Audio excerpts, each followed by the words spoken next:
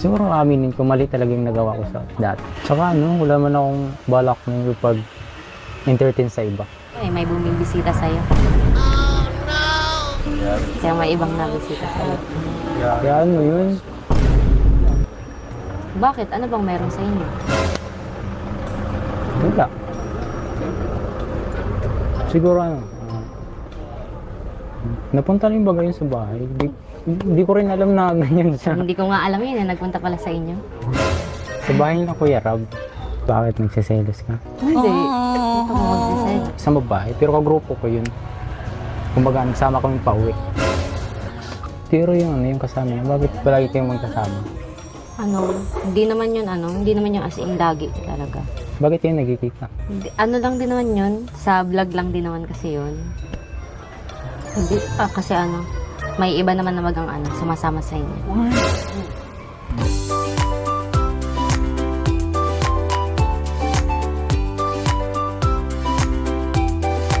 Po sa ating lahat, Kuya Earls. Magandang araw mga kapatid. Kuya Ears here at eto na naman tayo sa isa na namang nakakaintriga pero very heartfelt na update tungkol sa pagbabalik bisita nina Idol Rob at Edward sa matagal na nilang beneficiary, si Marian, na kilala ng marami bilang si Maruya Girl.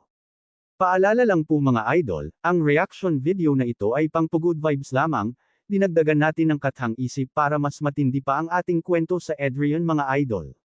Matagal-tagal na rin mula noong huling punta nila doon, kaya ngayong araw, sinadya nila ulit para kumustahin, para alamin ang lagay ng buhay, at para dalhin ang tulong na alam nating hindi nila nakakalimutan ibigay sa mga taong naging parte ng Kalinga journey.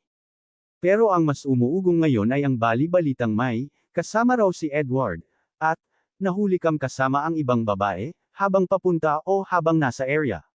Pero mga idol, bago tayo sumugod sa mga haka-haka, dito muna tayo tumutok sa totoong nangyari, sa tunay na intensyon ng pagbisita, at sa kung paano nag-react si Marian nang dumating bigla sina Idol Rob at Edward. Pagdating nila sa lugar, ramdam mo agad yung nostalgia, yung tipong parang bumalik sa dati, simple, tahimik, pero seryosong buhay ng isang pamilya na sinusuportahan ng Kalinga. Nakangiti si Marian nang makita sila, medyo nahihiya pa nga, pero halatang natuwa dahil hindi siya nakalimutan. At si Edward, tahimik lang pero present, nandyan para tumulong, para maghatid ng suporta, at hindi dahil sa kung anumang chismis na kumakalat. Ang focus nila ay malinaw, kumustahin si Marian, makipag-usap sa nanay, at alamin kung ano pa ang kailangan sa pang-araw-araw nila. At as usual, si Idol Rob, very natural, walang kaarte-arte, kamakaway sa mga bata, nakikipagbiruan sa kapitbahay, yung tipong parang dumating ang isang kapatid na matagal mo nang hindi nakita. Kaya kung anuman yung mga lumalabas na intrigang, may kasamang babae si Edward, malalaman natin mamaya kung ano bang punot dulo nito. Pero dito muna tayo, sa tunay na kalinga.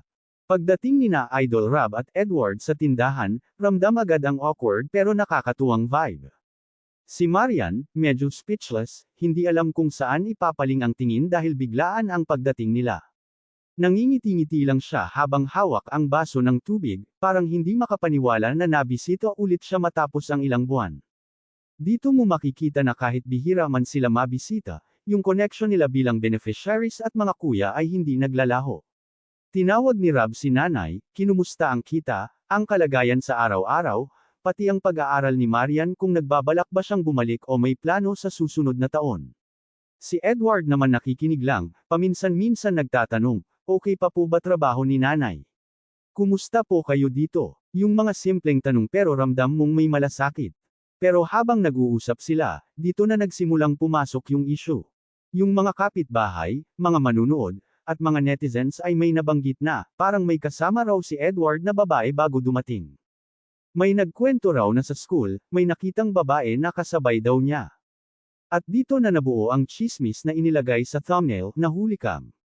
May kasama, pero idol, alam natin, kapag may isang picture, isang anggulo, isang kurot ng maling hinala, nagiging parang malaking kwento na agad. Karamihan, hindi rin naman malinaw ang sources, at minsan nadidagdagan pa ng sariling imbento. Kaya para malinawan tayo, importante dito na tingnan ang real context, kasama si Edward dahil part siya ng pagbisita. Kung may nakita mang babae malapit sa kanya somewhere, hindi ibig sabihin may something. Tandaan natin, public place, maraming estudyante, maraming tao. Pero eto, tuloy muna tayo sa mas malinaw na nangyari mismo sa bahay ni Marian. Habang naglalatag ng grocery si Idol Rob, nagbiro pa siya kay Marian, "Oh, ba't parang nag-iba ka? Mas tahimik ka ata ngayon ah." Tumawa lang si Marian, yung tipong nahihiya na masaya. Dito makikita yung innocence niya, yung pagiging grateful at simple. Si Edward naman, nakaupo sa gilid, minsan tumitingin kay Marian, minsan kay Idol Rob, pero kita mo hindi siya comfortable sa mga intriga. Gusto lang niyang gawin ang trabaho, tumulong, at sumama kay Rob sa mga beneficiaries. Pero kahit hindi niya sabihin, halata sa kilos niya na medyo naapektuhan siya sa kumakalat na chika online. Hindi dahil guilty, kundi dahil alam niyang maliit na bagay lang yun pero pinalalaki ng iba. Habang nag-uusap sila, may dumaan daw na kapitbahay at nagsabing, "Uy, si Edward ba yun? Siya ba yung may kasabay sa school nung isang araw?" Nagkatinginan sina Rob at Edward, sabay tawa, pero halata mong awkward yung sitwasyon. Sinagot ni Rob ng diretsahan, "Hindi porke may tumabi sa'yo, may isyo na agad. Tao lang yan, nag-aaral, nakakasalubong ng mga tao." Napangiti si Marian, parang gamaan ang pakiramdam kasi ayaw din niya ng gulo. Si Edward naman tumango lang, parang nagsasabing, "Oo nga naman." Pero dito natin makikita kung gaano kabilis kumalat ang maling akala. Isang anggulo, isang sulyap, isang litrato lang, biglang may kwento na agad. Mabuti na lang at nasa harapan nila si Marian, walang sama ng loob, walang paghihinala, at wala ring drama. Ang focus nila ay pagbisita, hindi yung ingay online. Pagkatapos kumain, kain at magkwentuhan ng konti, lumabas sila sa may waiting shed para magpahangin. At dito nagkaroon ng mas private na usapan sina Rob at Marian. Kinumusta ni Rob kung may problema ba sa bahay, kung kumpleto pa sa gamot si nanay, at kung may kailangan pa sila sa pang-araw-araw. Si Marian naman, mahinahon lang ang kwento, pero halata mong proud siya kasi kahit papaano, kaya nila mag-adjust sa buhay. Hindi rin siya nagbanggit ng kahit anong issue tungkol kay Edward, ibig sabihin wala talagang masamang iniisip ang dalaga. Si Edward naman, nagstay sa gilid, pinagmamasdan lang sila at nagbibigay ng space. Dito mo makikita kung bakit maraming nagkakagusto sa vibe niya, humble, marunong rumspito, hindi ipal. Kaya yung mga chikang, may iba siyang kasama, honestly Idol, hindi tumutugma sa ugali ng batang to. Pero syempre, hindi natin mapipigilan ang mga taong hahanap ng kwento kahit saan. Kaya ang pinakamagandang gawin, ipaliwanag ng maayos na normal lang makasalubong ng babae sa school, normal lang mapicturein, normal lang magkaroon ng kaibigan. Hindi ibig sabihin may ginawang mali. Sa puntong ito, kitang-kita na wala namang anumang tensyon kina Marian at Edward. Yung closeness nila dati, andoon pa rin. Yung tiwala, intact pa rin. Yung kabaitan ni Edward, hindi nagbago. At yung suporta ni Idol Rob, solid pa rin. Dito napapasok yung pinaka-importante, yung reason kung bakit sila bumalik. Sabi ni Idol Rob, "Matagal na tayong hindi nakapag-check dito, kaya bumalik tayo." Hindi dapat nakakalimutan ang mga dati nating beneficiaries. At Idol, ang bigat ng linyang yan. Kasi totoo, ang dami ng pagbabago sa grupo, ang daming bagong pinagkakaabalahan, pero hindi pa rin nawawala yung puso ng Kalinga na tumulong sa mga taong matagal nang nangangailangan. Marian was emotional pero composed. Nakangiti pero bakas ang pasasalamat. Nakikita mo na importante sa kanya yung pagbisita, importante yung presence, at importante yung assurance na hindi sila nakakalimutan. Si Edward naman, kahit may mga issue online, hindi nawalan ng sigla.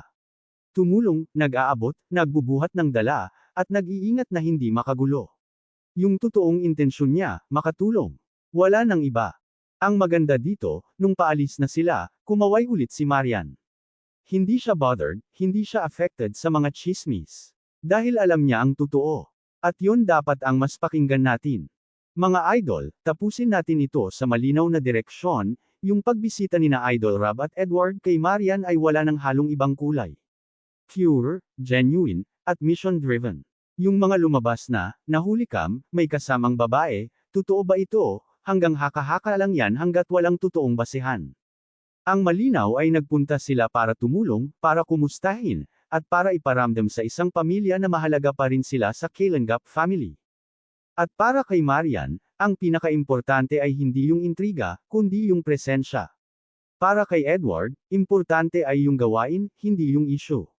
Para kay Rob, importante ay yung consistency sa pagtulong. Kaya sana mga idol, imbes na pakaingay ang mga walang saysay, dito tayo tumingin sa kabutihan na nangyayari. Kung nagustuhan ninyo ang ganitong klaseng reaction video, huwag kalimutang i-like, i-comment, i-share, at i-subscribe. I-on nyo na rin ang notification bell para lagi kayong updated. Maraming salamat mga idol, to God be all the glory.